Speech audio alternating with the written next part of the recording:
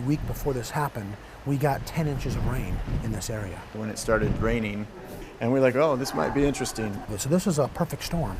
10 inches of rain, we've already flooded, roads are already washed out. We're not even recovered from that, and then here comes Hurricane Matthew. It just kept raining, it kept raining. And then the next day is when we realized we were in a big mess.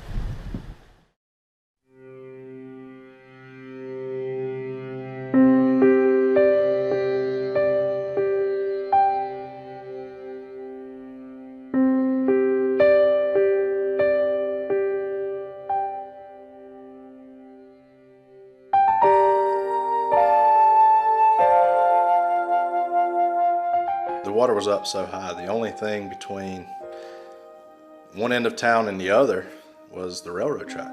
Which was the only way that you could get from one end of town to the other because all the roads were flooded out. And I remember looking at my husband and saying, we're refugees. Yeah. No, because I ain't got nothing. What we gonna do? I actually saw an elderly man carrying pretty much his belongings in a box, trying to find a way of escape.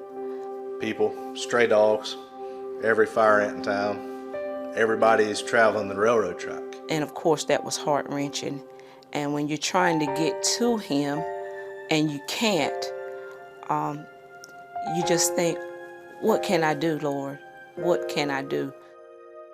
You know, if it would have been an inch or two of rain, it wouldn't have been that big a deal. But we're talking about epic amounts of rain here. Anywhere from 12 to 16, depending on where you were at when Matthew came over and stopped and sat on top of us. If you're at the bottom of that river basin, you know, like farther and farther south, and it rained a lot upstream, that you've got to wait for all that water to come down to where you are, and that can take weeks.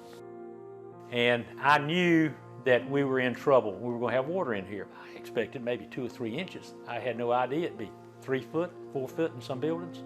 No way did I even come close to anticipating anything like that. The waters were still high. When I came down to the shop, I couldn't believe it. I actually started crying. I just couldn't believe it. I just couldn't believe that this was happening. Similar scenes played out across eastern North Carolina in October 2016 as Hurricane Matthew drenched the already saturated region. The towns of Fair Bluff, Seven Springs, and Princeville flooded as the Lumber, Neuse, and Tar rivers overflowed their banks. Many other towns also flooded, but these communities, already struggling after decades of economic decline, were among the smallest and most vulnerable.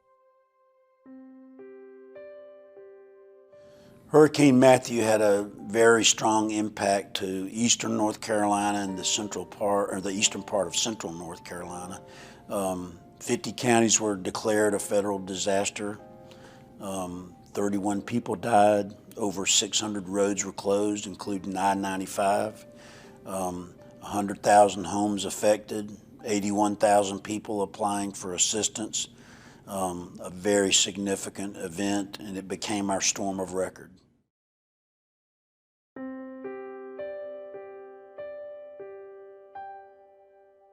After the waters have gone down and things settled, it was a gloom.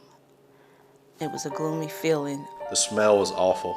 Anything that was in the river, you've got waste from turkey houses, hog houses, all this other stuff that's flooded, floating down, sewage. It was a pretty big mess. The mood was very somber, sad, confused. And the folks pretty much were still in shock, even after a few weeks later. Just could not believe the devastation that had just taken place in the town of Fair Bluff.